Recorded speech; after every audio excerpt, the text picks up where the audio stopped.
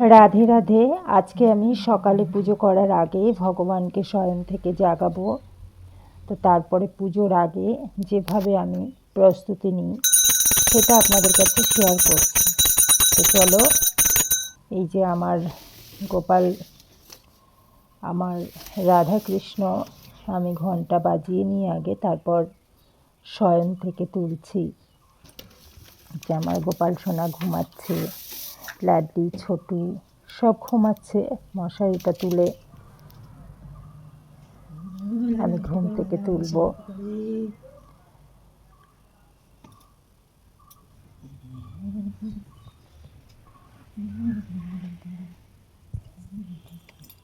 বাঁশিগুলোকে সরিয়ে দিচ্ছি, আমি মাথার কাছে বাঁশি দিয়ে রাখি। ছোটু উঠে পড়েছে,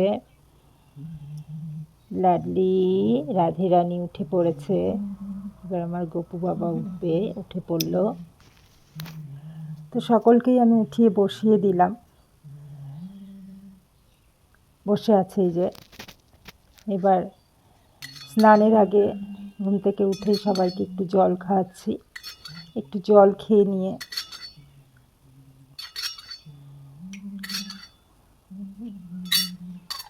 জল খাওয়া দাওয়া শেষ হয়ে গেল। এবার আমার সোনাদের আমি স্নান করানোর জন্য প্রস্তুতি নেব। দেখতেই পাচ্ছেন এই থালাটার মধ্যে ফুল আর তুলসী পাতা দিয়ে নিলাম। এবার একে একে আমার গপু সোনা, ছোটু, লাডলি এই থালাটার মধ্যে বসাবো। থালাটা অনেক বড়, যেহেতু তিনজনকে একসঙ্গে স্নান করাই। তো এবার আমি বসিয়ে দিলাম। এবার একটু ঘি মাখিয়ে দেবো সারা মাথায়, গায়ে সুন্দর করে একটু ঘি ম্যাসেজ করে দিই। আমার কোনো কিছু দিয়ে আমার গোপালকে পরিষ্কার করতে হয় না, সারা বছরই চকচক করে। কারণ আমি স্নানের আগে একটু ঘি দিয়ে কিংবা মধু দিয়ে একটু ম্যাসেজ করে নিই, করে তারপরে আমি ওদেরকে স্নান করাই। ছোট্টটা একদম ছোট্ট। এবার জল দিয়ে আমি স্নান করাচ্ছি, গঙ্গার জল। সারা বছরই আমার ঘরে গঙ্গার জল থাকে। আমি একবারে 80 লিটার 100 লিটার জল এনে রেখে দিই। তো যাই হোক, স্নান জল ঢালা হয়ে গেল। এবার লাডলিকে মোছাবো,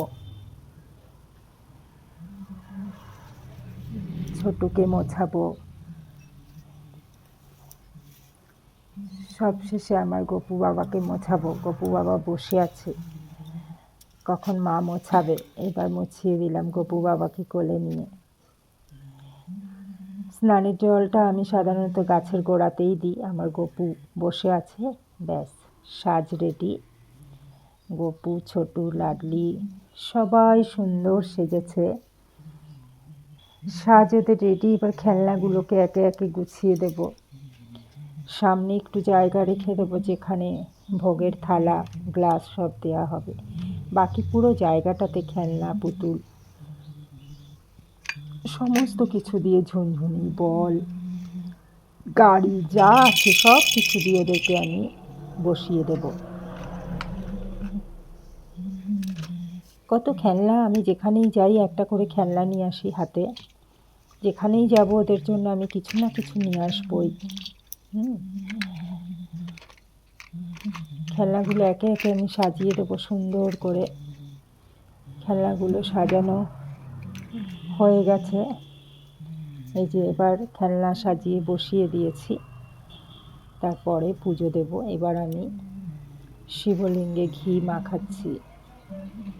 শিবলিঙ্গে ঘি মাখাবো, নন্দী বাবাকে একটু ঘি মাখাবো। দিয়ে আমি জল ঢেলে দিলাম শিবলিঙ্গে। নন্দী বাবার মাথায় একটু জল ঢেলে দেব। তো আমি এবার সুন্দর করে বসিয়ে দিলাম আসনে। এবার একটু নীলকণ্ঠ ফুল দিয়ে, বেলপাতা দিয়ে সাজিয়ে দেব শিবকে। ভগবানকে আমি সুন্দর করে সাজিয়ে দেব। পুজোর আগে ভগবানদের আমি শয়ন থেকে তুলে এইভাবেই রেডি করে নিই।